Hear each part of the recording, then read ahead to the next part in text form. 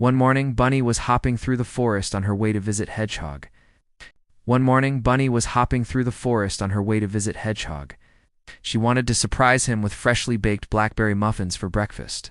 But as she hopped past the old oak tree, she noticed something unusual. A bright red thread, as thin as a strand of spun sugar, was caught on one of its gnarled thorns. She tugged at it gently. It wasn't stuck fast, and when she pulled it free, it landed around her little paws like a scarlet ribbon. Startled, she looked up at the oak, its leaves rustling in the breeze. Had it been there all along? Why had it come loose now? Then she noticed where the thread had been attached, a rough patch of bark where the wind had stripped the paint from an old wooden box. Curiosity got the better of her, and she pushed aside the leaves to peek inside. There was nothing in the box but dust and the faint scent of lavender. Disappointed, Bunny was about to hop away when she saw it. A tiny rolled-up parchment tucked into a corner. Unfurling it carefully, she found a faded message written in spidery handwriting. "Find me at the hollow reed by the whispering waterfall, and bring the red thread with you." It read, "Your heart's desire will be granted." Was this the purpose of the thread? A magical wish-granting thread that would lead her to untold riches, or perhaps a handsome prince. Excited, Bunny tucked the note into her apron pocket and skipped off to find the whispering waterfall. She couldn't wait to make her wish and see what magic lay in store. But when she reached the hollow reed by the waterfall, she found no one waiting for her. Had the note been a trick? Was there anyone there at all? Bunny hesitated. Then, taking a deep breath, she decided she had nothing to lose. This was a once-in-a-lifetime opportunity, so she might as well make the most of it. She closed her eyes tight and wished for all the blackberries in the world, so that she could bake blackberry muffins forever. Opening her eyes, she looked around. Nothing had changed. The waterfall still whispered secrets to the reeds. The hollow log remained empty.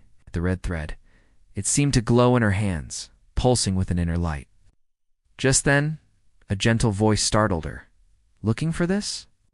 Bunny whirled around to see a vixen with fur as red as the thread holding out the rest of the spool. "I found this by the oak tree," the fox explained, her voice kind. "Did you leave it there yourself?" "Yes," said Bunny, feeling embarrassed. "I had a wish to make, but it seems my wish didn't come true." The fox tilted her head, her ears twitching. "What did you wish for?" Hesitantly, Bunny told her about the note and her wish to have enough blackberries to bake blackberry muffins forever. The fox listened patiently until Bunny was done. Then she said, "Perhaps your wish has come true in a different way." "What do you mean?" asked Bunny, confused. The fox pointed to the thread in Bunny's paws. "This is no ordinary thread, little rabbit. It's a wishing thread. Each time you use it to mend something, your wish will come true in a different way." Bunny stared at the thread, not understanding. The fox sighed. "Are you sure you want to know? Are you sure you're ready?" Bunny nodded slowly. She wanted to understand. The fox took a deep breath. "Each time you mend something with this thread, you connect hearts. You may not see the connection at first, but over time the links will become clear." With that, the fox left, leaving Bunny alone by the waterfall. Bunny stood there for a long time, thinking about the fox's words.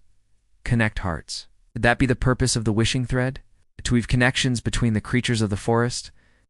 As the sun climbed higher in the sky, she realized she had an appointment with Hedgehog. And as she raced along, the thread bouncing in her paws, she thought about how she could use her gift to connect the hearts of the forest creatures. When she arrived at Hedgehog's house, he greeted her with a grateful smile. "Blackberry muffins. My favorite. Thank you, Bunny." As they sat down to eat, Bunny told him about her adventure at the waterfall. "I think I understand now," she said.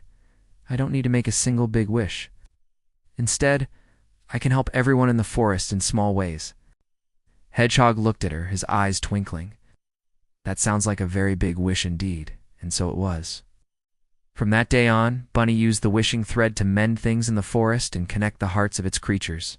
She mended a fox's scarf, tying the loose ends together with a neat little knot, and the fox, recognizing Bunny's kindness, helped her gather blackberries for her muffins. She tied a birdhouse in place with a length of thread, and the birds sang sweet songs to welcome her whenever she passed by.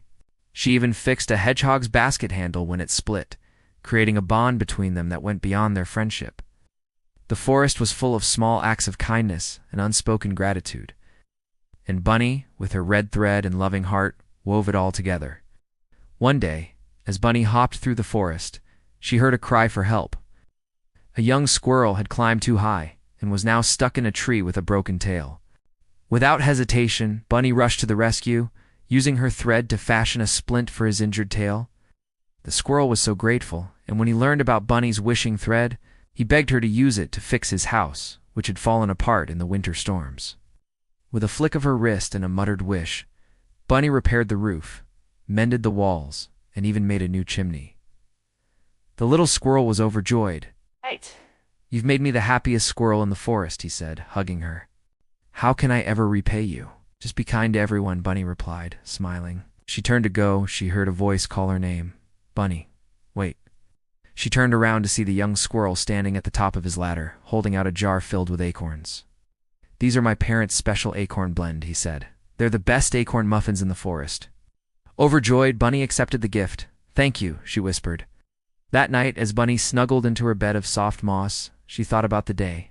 She had helped so many creatures with her wishing thread, and each time she did, she felt a warm glow inside her heart. Suddenly, the forest was still, the trees silent. No birds sang, no squirrels chattered, and no crickets chirped. It was as if the entire forest was holding its breath. Startled, Bunny crept to the window and peered outside. In the clearing, she saw the most incredible sight. All the creatures of the forest, from the tiniest field mouse to the oldest owl, were gathered together. They were singing and dancing, their voices blending in a beautiful harmony. In the center of the circle stood the fox and hedgehog, and they were holding hands. As Bunny watched, the other creatures formed pairs, 2 by 2, until every creature in the forest had a partner. Then they began to spin and twirl, leaping and bowing, and their laughter echoed through the trees. Overwhelmed with emotion, Bunny joined the celebration, laughing and dancing until her sides hurt. As the moon climbed higher in the sky, the party continued, and Bunny felt a deep sense of happiness wash over her. She had brought the forest creatures together, and in doing so, she had woven a tapestry of friendship and love. The wishing thread had connected their hearts, and Bunny was the one who had made it possible. At that moment, Bunny knew that she had made the right choice. Her life may not have been filled with riches or magic, but she was rich in something far more valuable, the love and friendship of the forest creatures. As the night wore on, Bunny danced and laughed with her friends, and she knew that she was exactly where she was meant to be.